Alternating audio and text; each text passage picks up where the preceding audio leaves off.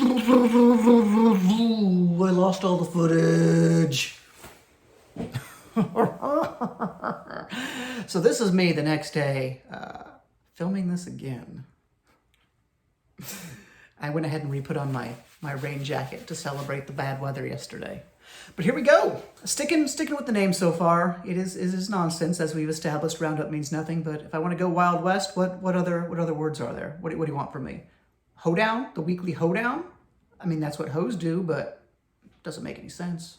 Why would this be a hoedown? Our stories this week are Centris, Void and Flame, and Stepping Stones. We got two very similar fantasy stories, so there's going to be a lot of comparison, and then a cute little romance with some fantasy elements. So it's a fantasy day, hooray. The first thing, wait, I had something to talk about. While last week's theme was whoever signed up first, this week's theme is randomness. This is, it's a lot closer than you would think. So I used a random number generator to pick out of the master list of everyone we have, and I hit one that I wanted to use for something else. Something else. First up, Centris. Put it up there. So starting out, Centris, fair enough title. It's not complete fantasy gobbledygook. We have a word that sounds like something we know, central. That's really all you need for fantasy words. As long as it doesn't sound like completely unanchored, completely random, you're good to go. Anyway, I really like this picture, and it should be noted that it was actually, looked like it was commissioned or at least made by someone else called Red Lanai, and it really kind of has that quality because it's a nice picture. I really like it. It's got a little action going on with the wind and the coat whipping, very dynamic.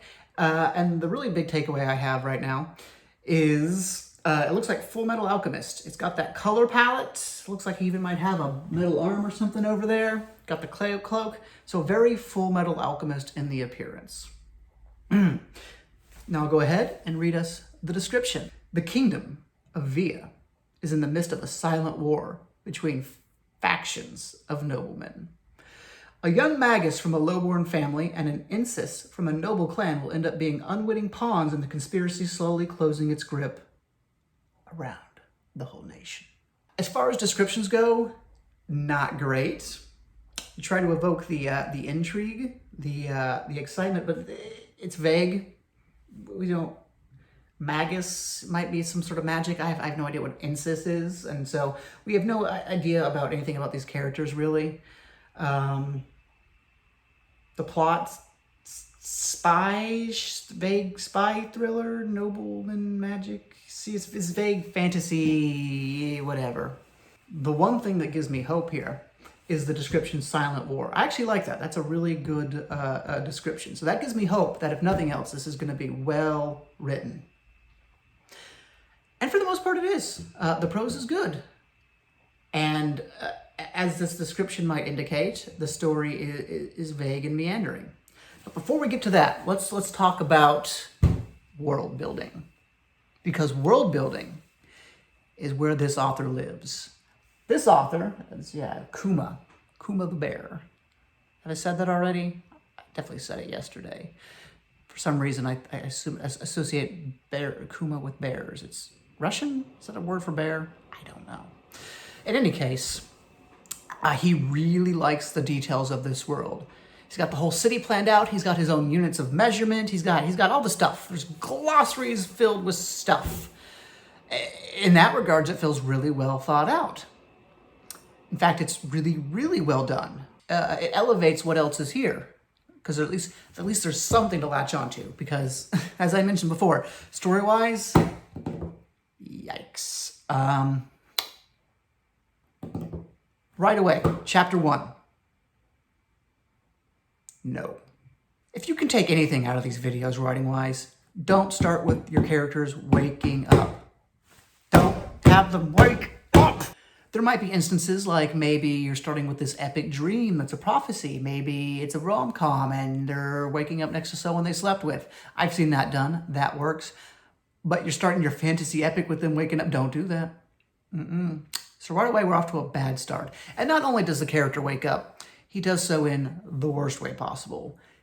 This 16-year-old, Callus, one of our 2 point of view characters for this story, is forced out of bed by his mother, as if he was a petulant 5-year-old. So right away, I hate your character. This character, I hate him. I want him to die. It's like one of those races, like the track runners are all getting set up at it's not a hurdle, is it a starting block? Yeah. So you're at the starting block. The story's just starting. And the guy with the little starter pistol just points it down and shoots your guy at the foot. So right at the starting block, you're on the ground bleeding. It's like, that's a bad start. You might win the race, but it's not looking good. And, okay, enough with that metaphor. But that's sort of my point. So don't have him wake up. And if you have him wake up, don't have his mother getting him out of bed. No. I've seen this a lot. I've seen this too much. Once would be too much, so I've definitely seen this too much. At least the writer had the decency to at least be self-aware. The character was like, internally like, oh no, I am worthless because of this. This is not a good thing. So at least the character had the decency to be ashamed. But being meta about it what are you, Disney? Acknowledging something is bad doesn't automatically mean that it's entertaining now. It doesn't mean that it's excusable. 16-year-old is going to be a teacher at some sort of magical academy. He knows some sort of sorcery that no one else does. That's cool. They don't explain it at all. It's all hinted at in backstories like, oh, you passed exams, whatever. We feel like we need that. And the author tries to give us some sort of vague motivation here, like, I want to start my own school and teach people. That's my goal in life. Like, okay, I mean, I guess you want your characters to want things. You want them to have that external want versus what they need. But it's a throwaway sentence. It has nothing to do with anything here. It seems like I'm taking a while to get into this, but that's the story, man. Because there is no story. It's vague, it's meandering, and nothing happens. The main character doesn't do anything until chapter 10. We get vague references to things that happened, him with the exam, the other character, Novus, who is a much better character. I actually didn't mind this character at all. He's the only character in the story that I actually connected with at all. We get references to their backstories, which are way more interesting than what's happening in the story. Novus defeated a necromancer over the summer. That was his summer vacation. I mean, he's a 40-year-old man. I'm just making up words here. But that's interesting. Could we have maybe told that story instead of people just kind of walking around and doing nothing for 10 chapters? And so that's sort of the problem here, because a story needs a plot. If you don't have a plot, it's not a story. It's just things that happen. Stories start with a fundamental level of normalcy. The characters are in their element. They're doing what they've always done, and then something happens to start the story off and send them on their way for their arc, for their quest, whatever it is. It doesn't matter. And what seemed to have happened here is that these characters, as we first see them, they're first adjusting to their new sense of normal.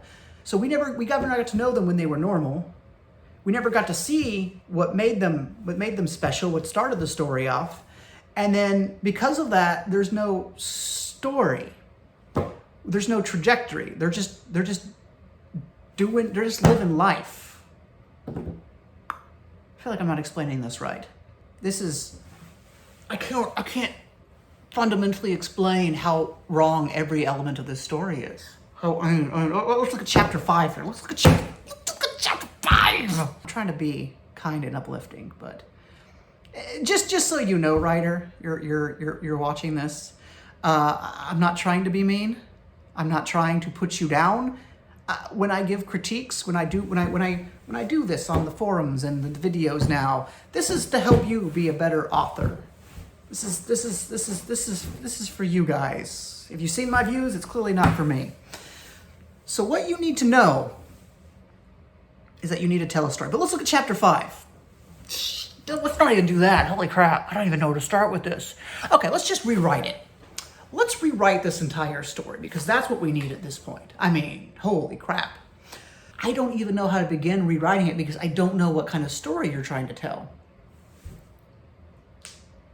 We never got to some sort of inciting incident. So, I mean, let's just base it off your description. It's a story about this magic guy, this kid professor who is going to team up with this guy named Novus, who's like a noble, but like a new noble. So people look down on him, classism thing, and they're going to be involved in this power struggle for the kingdom. How do you start that up? First off, why are they important? Novus is important because he killed the necromancer. Callus has some secrety magic thing that no one else can do. Okay, there we go. So, we're going to use a full act to get to the inciting incident. So the story starts before he's a professor, before he kills the necromancer. The entire first act of this story needs to be those two journeys there. It needs to be the story of Callus doing some sort of trial or exam and getting this professor position. It needs to be the story of Novus killing the necromancer.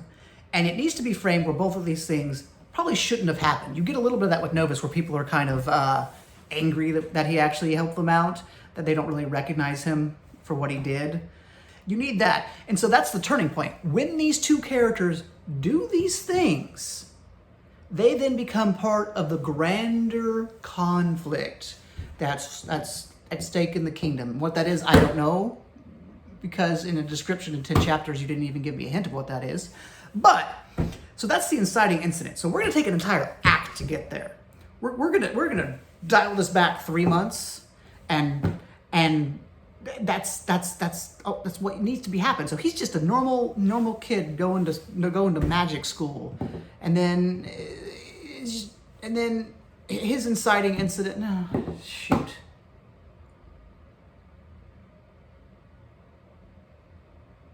I guess the thing I'm really getting at here, this story is killing me. Holy crap. Is that something has to happen for them to be put in this grand political game, and this struggle for power, civil war, what have you. And it would seem to me, based on what you're going for, that those two elements would be Novus killing the necromancer, Callus becoming a magic school professor. So those are what you need to show. That needs to be the start of your story. That needs to be the first, assuming it's a 300-page book, that should be about the first 100 pages. So do you see what I'm saying here? We've skipped 100 pages that we desperately need. Let's talk about characters. Let's just get right into the characters, because you messed that up so fundamentally as well, where it's like, are you trying to make me hate your characters? Chapter 5. Chapter 5. There's a merchant at a gate. I'm going to go quick because I know I'm going so long on this one. This is going to be the length of a full episode. There's a merchant at a gate, and he can't get in because he don't got the papers. Papers, what are the papers? We don't know where the papers are. It doesn't matter. Papers. And so one of the magic school professors, and Callus is right there going through the gates as well. One of the magic school professors says, I will bring your merchandise through the gate for some money. He's extorting this man who's having a life crisis here. Great. I'm like, okay, I see where this is going. This is a really good setup. And so Callus is there sitting the entire thing, and he does nothing. This other guy extorts the man. Callus has the power to act. He could just bring the goods in himself, and he just lets it happen. In a story told by a writer, this is the sort of thing where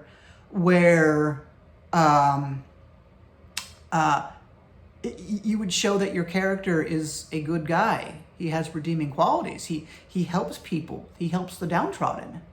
Not here. Oh, and it gets worse. Chapter 9. It comes up again, where the professor hasn't even delivered the merchandise after extorting the man. And Callus is sitting right there next to the man who needs the merchandise. And he's like, I could just tell him where his stuff is. That guy has it. He's like, you know what? It's not my problem. Not only did you shoot yourself in the foot at the starting block, you crawled, you bloody and beaten, You crawled from the starting block to that guy who shoots the gun. You wrestled it from his hand and then just started, bang, you shot yourself with it. It's like you're going out of the way to do the wrong thing, to make us hate your characters. Why? But the world building's good. And originally, the world building was so good that I almost excuse this, but talking about it out loud, oh, what a piece of crap. I am mad. I have worked myself up to anger. I was going to give this a 3 when I read it originally. I'm moving this down to a 2. This is a 2 out of 5 for me. It seems almost calculated to be wrong, to do the wrong thing, to make us mad. I hate your main character. There's no story here. There's no structure. I mean, that's my problem describing this. How can I describe a story with no noticeable structure? What are you doing to me?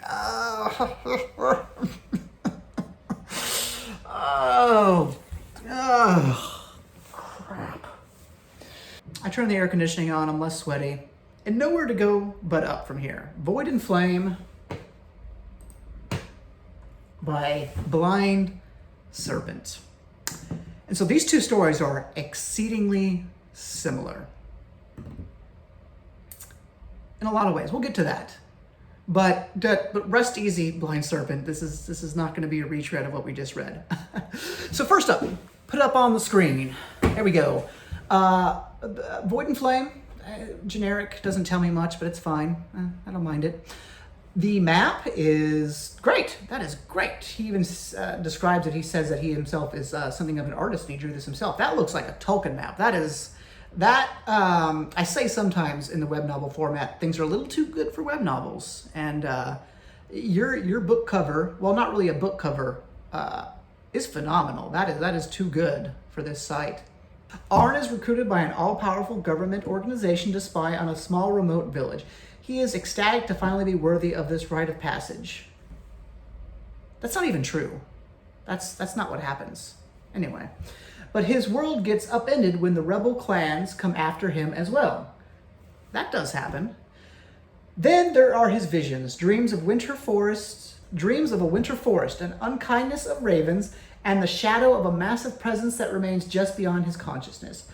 Persecuted by the clans and the inspectorate, he joins a strange man with unbelievable powers and a peculiar ability to always be at the right place and the right time.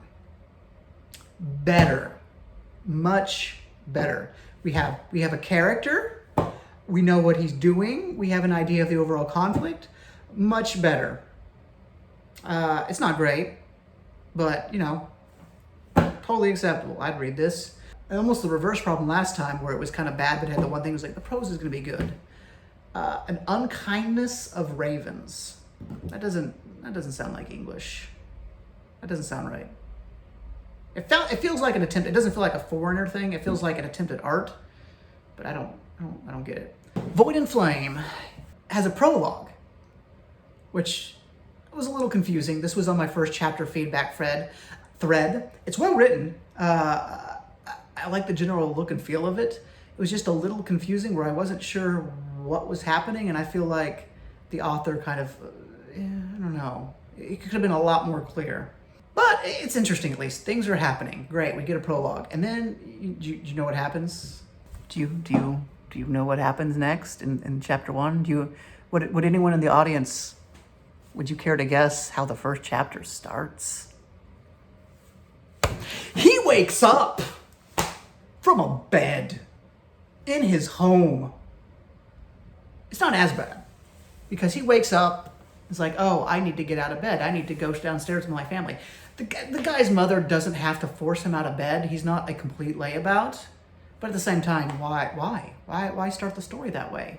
So just the general story here is we have our kid Arn. He is recruited by the government to be a scholar in a town for a few weeks. It's not entirely justified. I don't quite get it. It's a cool premise, though. He gets taken away on a carriage, has to study at some places, and he's going places. Unlike the first story, he's normal. He's at home, and then something happens. He gets recruited to go a place, and he's got a journey. We know what's going on. He's going to this place to study, and then he's going to this town. We have a plot. There's a story. Like, I was so happy after reading that first one. I do think the first, it starts off a little weak because it's rushed. Like, the sense of normalcy is like the first 2 paragraphs of him waking up, and then we find out that, oh, him already getting this inquest from the government, that already happened. He's going to be taken away in 2 weeks. That already happened. And then, like, they even have like a festival for him and be like, hey, you're going away from our small town. But it's like, it's just mentioned like offhand in a paragraph, like this is a thing that happened. So it's not really storytelling, if that makes sense. Like picture this. Just coming in all, you're messing up all your stories today. Picture this. Picture this instead. The first chapter, it's about him and his life. Okay, entire first chapter dedicated to that. He's a small boy in this town, stone whatever. Once again, good world building. In fact, better world building. Less detailed, but better. We'll get into that later. But maybe he has like a coming of age ceremony. He's getting his first apprenticeship. He's doing something that's going to be normal for him. And then all of a sudden, at the very end, boop, dop, doop. Oh no, here comes the government. You have to come away with us and do a thing. That's all there. Like there's like I said, there's like a going away festival and everything. That's all there, but it's like in a paragraph. That needs to be the chapter. We need to have a chapter where he's just like, okay, we like this kid. We're rooting for him. He's going to do his life thing, and then he has to go away with the government. That would be great. Just more build up, more establishment. Here you go. You have this going away festival. Don't even tell us. We just see this festival. That's the first chapter, is the festival, and at the very end we find out that he's been recruited by the government. If you want that to already happen in the past, like oh, this is like we're never told what the festival is about, but it's like in our minds we're like, okay, this is like a coming of age festival. This is like a celebration for this kid. It's his birthday, whatever. And then you find out like, oh no, it's bad. He's getting sent away, and everyone's like, oh well, see ya. All the elements are there. You have the elements. You just need to expand the elements now. And otherwise, it's good. Like, he doesn't want to go away. I don't know why. I'm pointing to my computer screen. You can't see it. The computer screen is there. I don't know why the description says he's ecstatic to leave. He's not. He doesn't want to leave. He's nervous about it. And he's like, it's not good. Which is good. You want your hero to be reluctant on the journey in a classic story. So that's all good. And like I said, the world building. There's a lot of little details. It's not like I made up my entire system of measurement. Here's the language my trees speak. None of that. But what we have is far more tactile. It's far more built into the world. They have like these little rings. And he's got a scholar ring. And they got ranks. You're like, okay, you explain all this. You're like, oh, that's cute world building. But then it comes back, like in every chapter, because that's just part of the world. When you want to go to the inn and get some food, you use your ring. And it's just like a sentence here or there, because that's just how the world is. So not only is the world building, not only are there ideas here for the world building, they're incorporated into the world itself. It affects what happens. People act differently because of the world building. What's the point of giving trees a language? Unless there's ints. Character-wise, also a lot better. The main character is a bit mopey. He's a bit bland. And I know for your main character, you have to make him be relatable, but just a little more, pump him up. But in terms of other characters, like there's an innkeeper who reads like a South Park character that people seem to like, and me, I really liked a little later on Dale. He was a little nutty. I really liked him. So characters great. We have a story. We have some great world building. Prose is pristine. And that's I guess that's my entire review. I don't need to go hours in depth on this one because I don't hate it. I'm not mad at it. I don't love it. I think the story is weak. It drags. Like there's just chapters of exposition. So even when he has the right things in place, they're not executed in the right way. So I think the story really holds it back. Just how it's presented, it could really be a lot better than that. But otherwise, it's great. I'm giving this one a 4 out of 5. All right, I'm going to keep this one short, not a lot to talk about. This one, pretty new, just got started. There's only 6 chapters, read them all. Stepping Stones is a story by, it's cursive, Aria Jane? Here's the picture. That's fine. We know it's a romance. You see the couple there? You know it's a romance. Little cursive, it's visually, I like the night sky, and you have that little tree there, I think is what saves it. Because you're like, oh, look at it. It's not entirely barren. You got a tree. I'm not even being like facetious. I actually really like the fact that there's a tiny little tree there. If that makes sense to you.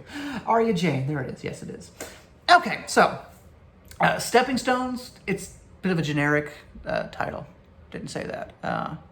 Don't hate it. Don't love it. It's there. All right, here's our description. All Lily wanted was to keep living her simple life with her grandmother, keeping her power a secret from anyone who might want to use it for evil. But one day, a forced meeting would change the course of her life forever. Frederick lived a privileged but empty life as the crown prince of his kingdom. The two-faced nobles that surrounded him caused him to become guarded to all except his friend Liam. When his parents decide to give him some time of freedom, he is forced to leave the comfort and protection of the palace and learn to let down his guard.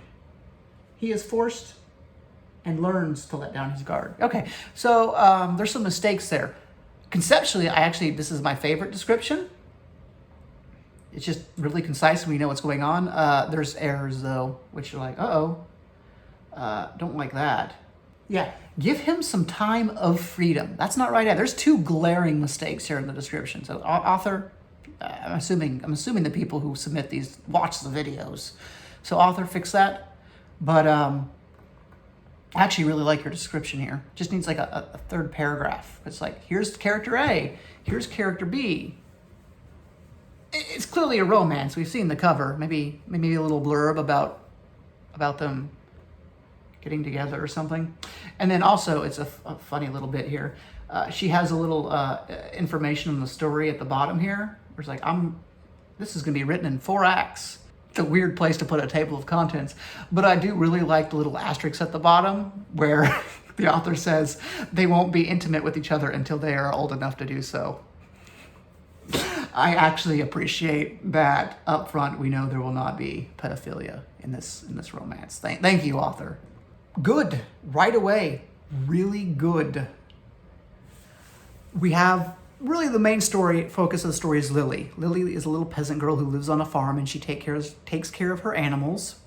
And then one day, Frederick, the prince of the kingdom, comes and has to live with them. And really the strength of the story is Lily. Both of them get POVs. Lily gets way more POVs so far. So again, 6 chapters in. Lily is a little too good for a web novel. In terms of character voice and character writing, amazing. Holy crap. You, the writer, and Jane Aria. Good job. I love Lily. She's probably the best character I've seen on Royal Road. She's got a great voice. She's got depth. It's great. Great. Frederick, not so much. I mean, you have stuff with him, but he's almost a little too stereotypical, and he's the one that's going to be changing a bit, so I get what you're doing with him. Don't love him.